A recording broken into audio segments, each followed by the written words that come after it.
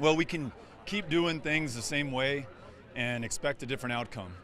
But I'm not going to leave my family for 2 years, kill myself in the process, and come up a million votes short. So I'm going everywhere in Texas. Rio Grande Valley, Coastal Bend, North Texas, East Texas, Central Texas, South Texas, West Texas, which to us is East Texas, Midland, Odessa, and then Rio West Texas in El Paso. So I'm going to be everywhere, listen to everyone, and I don't care if you're a Democrat, if you're a Republican, if you're an independent, if you've given up on party politics and government altogether. I want to represent you, and I want to understand what's going on. And when we run that kind of race, and when people know that we honestly want to represent their interests, then I think we're going to see far better results. And so that's the only way I know how to do it. That's how we won in 2005 when we challenged an incumbent. We won in 2012 when we challenged an incumbent. Neither of those races were we supposed to win, and we allowed the people to make their own decision. And they decided to send us to Washington in 2012. Let's see what the people in Texas want to do in 2018. Beto, the senator has already sent out an email seeking support against the unabashed liberal, as he called you. What do you think of that? Well, you know, this is definitely not going to be an easy campaign. And we're running against someone who basically, for the last 4 years, almost successfully used his position in the Senate to run for president of the country, came in second in the Republican primary. So a shrewd tactician, a successful fundraiser from PACs and corporate interests. It's not going to be easy to beat him, but in much the same way that El Paso drove our victory in 2012, El Pasoans, people, it's going to be Texans, people throughout this state who are going to drive this election and our victory in 2018. So I'm in no way prepared to concede anything to someone who's fueled and driven by corporate cash and national aspirations. We're going to do this for Texas, and I think Texans are going to respond. By acknowledging you this morning, do you think you have him worried? I mean, he's mentioning you, he's brought you up. You know, there's something special going on in Texas right now, and you don't need a poll, and I won't do a poll, and I haven't done a poll, and I've never polled. You don't need a consultant to tell you this. Being in the Rio Grande Valley, being in Central Texas, being in Wichita Falls, being throughout this state, people are ready for something better.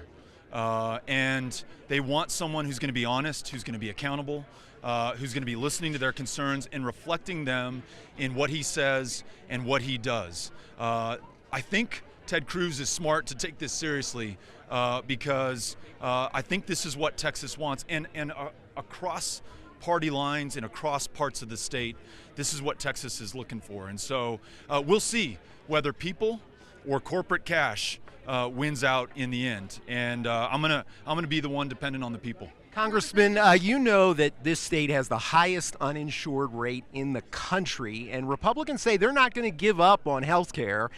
What would you like to see happen to change the health care system in the United States? Well, this is our choice. We can wait until 2020 and then 2021 when a new president hopefully is sworn in to begin addressing a healthcare system that's better than the one that replaced it, but is still broken and leaving too many Texans uninsured without access to a doctor or a provider, which means Texans are dying, they're suffering without that care that they need. Or we can start right now and ensure that in 2018, we win back the Senate, we have a check on this president's power, and we force the bipartisanship that was missing in 2010 when we passed Obamacare and the Affordable Care Act, that was missing this month when Republicans failed to repeal and replace it, that will require Democrats and Republicans working together to find something that might not be the ideal for either side and might involve some compromise and some concession, but will ultimately be better for the American public and see more Texans insured and more people having access to health care. You know, that's what this is about, and that's why we're starting today, and that's why we're not waiting for anyone else. Does that pushback on health care show that there is a fire in this country among some folks to push back against efforts to stop the Affordable Care Act and other issues? Millions more Americans, hundreds of thousands more in Texas, have insurance now because of the Affordable Care Act. America pushed back when they learned that 14 million people almost overnight would lose their health care. 24 million people over the next 10 years would lose their health care in the repeal and replace effort that was defeated earlier this month. But they also aren't satisfied with the status quo. We've got to do better. So it's not enough to push back. It's not enough to say what you are against. You've got to articulate, you've got to work for, you've got to fight for what you want, what we need, and what we deserve. This campaign will be about that. And I'm under no illusion that Democrats have the magic answer, just as Republicans don't. I need to, and I've shown a history of doing this, work with Republicans and Democrats alike to bring about something better than what we have right now. And I'm confident we can do that, and I'm confident that's what's going to drive this campaign. I know you like long eyes. Let me go right here. You Yeah. talked about term limits in your speech. Why is that so important? What do you think you could realistically accomplish in just 4 years? People are so disappointed in Congress, so frustrated with career politicians, people who are serving not in years, but in decades. And despite the length of service, the quality of the product has gotten worse and worse. We have only funded our government for the next 28 days, for example. We can't pass budgets. We can't address the deficit or the debt. We can't articulate a strategy for the wars that we're fighting all over the world right now. We can't take care of our veterans when they come back from war and need our help. So let's not depend on doing the same thing over and over again and expecting a different result. Let's set term limits so that we put new members of the House, new members of the Senate into place with different experiences and backgrounds. That'll be more reflective of the communities that we live in, of the people that we serve.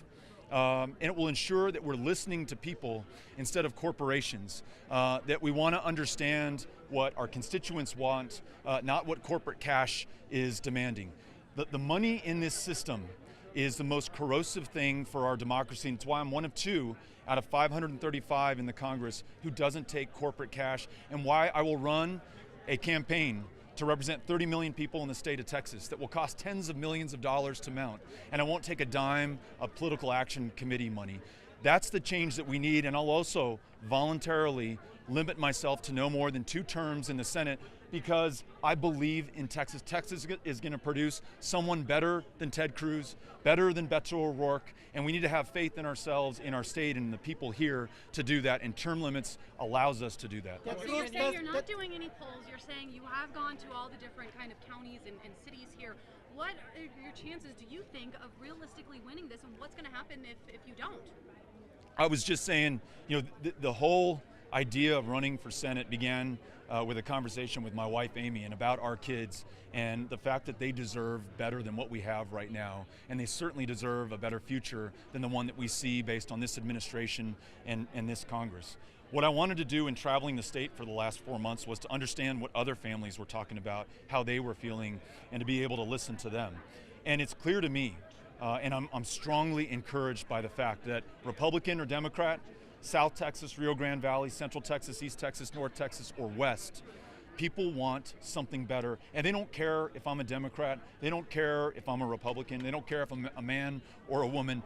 All that matters is whether or not I will listen to them, if I'll do this honestly, if I will deliver, and if I will be accountable. And I will do all of those things. And so I think that gives us a great chance. And I don't know that you can quantify that or poll test it or have a consultant deliver the result. I just know that you got to feel it, and I feel it very strongly right now.